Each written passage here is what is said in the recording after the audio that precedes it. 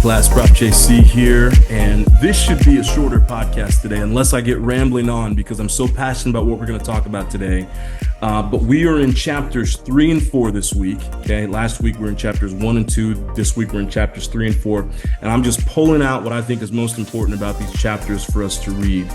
And here's what I'm going to offer up today. Okay, so chapter 3 talks about connecting, which is what this whole book is about, and I talked about that last week. There's communication and then there's connection. There's communication and there's connection. We want to be the kind of people, that are connecting, not just communicating. That's really important, okay? So when we look at this idea of communication, in chapter 3, it talks about, it goes beyond words and it gives us some, it talks about 3 components of face-to-face connection. One is words, the second one is tone of voice, and the third one is body language.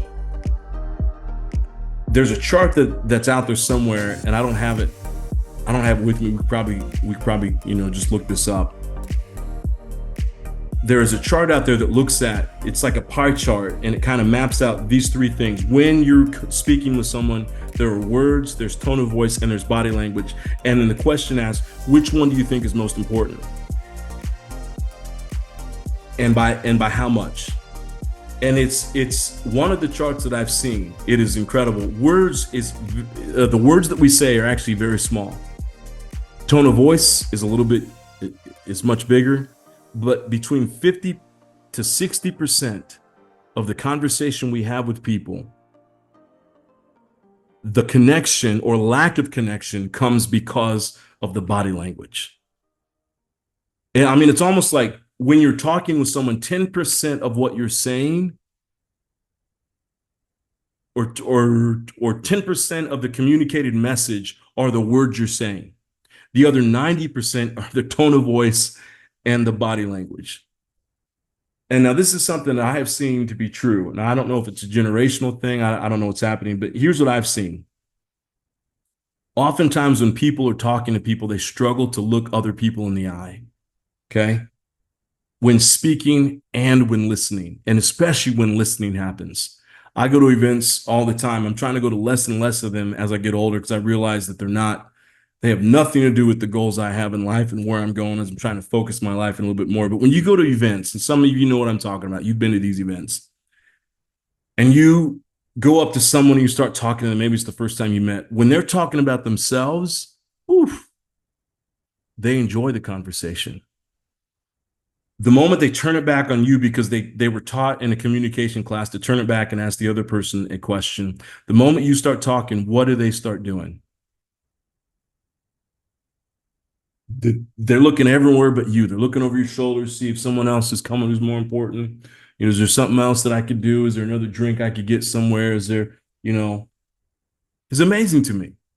I have learned, I'm smart enough to know this. I have learned that the moment the person asks me the question, I quickly flip it and get it back on them as quick as possible, especially if this is someone I want to connect with and I want to be able to have more of a conversation with, because I know the moment I start talking about myself, they're just going to check out and their eyes are all over the place. It's just human nature. Maybe it's because I'm not very interesting. I don't know. But I've seen this to be true. And so I've learned just keep the questions going, and that just keeps engaging people. It's one of my secret, tricks of the trade. I mean, we just conducted interviews recently for a position here at Point Loma, and the person, so this was virtually, but the person who was asking questions, as soon as they got to the point in the interview where they asked the questions, it's always the mandatory, right? It's the same, tell me what you think about the organization. We started talking, and immediately the person started checking out. And I think at one point they were looking at their phone or something, okay? I can't stress this enough. Keep your eyes on the person in front of you when you're speaking and when they're speaking, okay? Look people in the eye. I can't stress that enough. You would be surprised how many people don't do this. You'd be surprised how much you don't do it, okay? So I encourage you, look people in the eye, and especially when you ask them a question and they're talking back to you, that's where connection's from. That's where connection comes from. When someone watches you, okay, and you're talking to them, or they're talking to you and you got your eyes locked in on them. You're not looking over their shoulders. Some big sound can run up, or somebody else could walk up and try to get your attention, and you just put your finger up like this. I don't know if you can see that. You put your hand up like this, Sarah, you just say, give me a few minutes, and you get your eyes right back on them. There is something so powerful that happens. I can't stress that one enough. Okay. So your body language is incredibly important, and you got to be looking at the person you're talking to. Okay. And then chapter 4 talks about this. Connecting always requires energy, and it does. Whether you're connecting with someone one-on-one, whether you're on a stage somewhere and you're talking to people, whether you're in a meeting and you're talking, you've all watched people who lead a meeting and they have no energy. And it's the worst thing. You've all probably been in classes before with the professor who's got no energy, and that's the worst thing. Or a high school teacher, middle school teacher that doesn't know how to kind of move the room, and that's painful to be a part of. And so I want to encourage you, okay? Bring the energy. So here's what the book talks about. John Maxwell talks about five observations about the energy required to connect, and what action you should take to be strategic in using that energy. So first, he says this: go first. I'm not going to talk about that. Second, he talks about this: the importance of preparation. And here's what I would say: too many people are opening their mouths without preparing first. Too many people are opening their mouths without preparation first. It is amazing to me, whether you're at an event, you're talking with someone one-on-one, whether you're in a job interview and you're talking with somebody, whether you're, we've all seen people on stages or platforms in front of us, and they're talking, and you can tell that they have not prepared. You can tell it's their first time to give this talk. And what happens with our attention? It goes right out the room. We're all too old and too busy. Maybe I'm the old one here, but we're all too busy to be giving ourselves to some kind of a meeting or a speech or a talk where somebody hasn't taken the time to prepare. Please prepare. You do the same thing, so don't be judging everyone else, all right? I'm looking at you. It is amazing to me how in college, how at the university level, people will get up and give a presentation, and you can tell they haven't looked at it. They put the PowerPoint together maybe 6 days ago and haven't looked at it since. And I'm just telling you that that's just not the way to go about it. Number 3, connecting requires patience. Slow down. Now, this is one of the things I have to work on. I talk really fast. I've got that East Coast, the East Coast energy. I love the East Coast. I love New York. I love New Jersey. I love vacationing in places like Florida because that's where all the East Coast people go. But I was raised in the Midwest, so I don't know how that happened. But watch this, okay? I'm going to tell you why this is important. I was on one of my first training calls, and this is with the Center for Disease Controls, the Centers for Disease Control based out of Atlanta, Georgia, okay?